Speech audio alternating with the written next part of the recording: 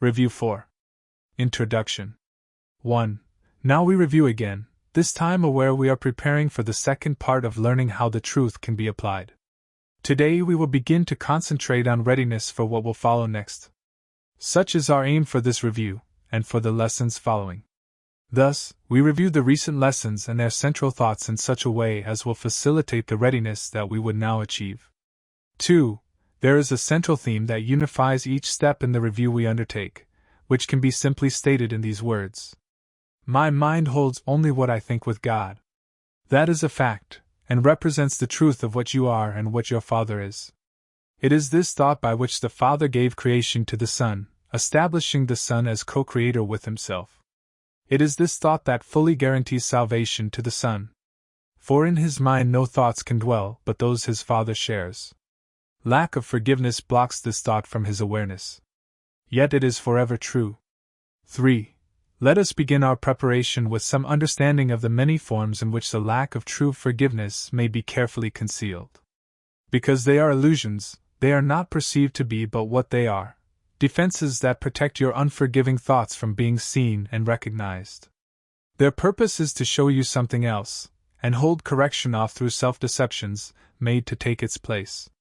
4. And yet your mind holds only what you think with God. Your self-deceptions cannot take the place of truth. No more than can a child who throws a stick into the ocean change the coming and the going of the tides, the warming of the water by the sun, the silver of the moon on it by night.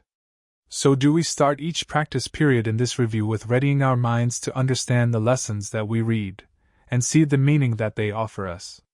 5. Begin each day with time devoted to the preparation of your mind to learn what each idea you will review that day can offer you in freedom and in peace. Open your mind, and clear it of all thoughts that would deceive, and let this thought alone engage it fully, and remove the rest. My mind holds only what I think with God. 5 minutes with this thought will be enough to set the day along the lines which God appointed, and to place His mind in charge of all the thoughts you will receive that day. 6. They will not come from you alone, for they will all be shared with Him. And so each one will bring the message of His love to you, returning messages of yours to Him. So will communion with the Lord of hosts be yours, as He Himself has willed it be. And as His own completion joins with Him, so will He join with you who are complete as you unite with Him, and He with you. 7. After your preparation, merely read each of the 2 ideas assigned to you to be reviewed that day. Then close your eyes, and say them slowly to yourself. There is no hurry now, for you are using time for its intended purpose. Let each word shine with the meaning God has given it, as it was given to you through His voice. Let each idea which you review that day give you the gift that He has laid in it for you to have of Him. And we will use no format for our practicing but this. 8. Each hour of the day, bring to your mind the thought with which the day began, and spend a quiet moment with it.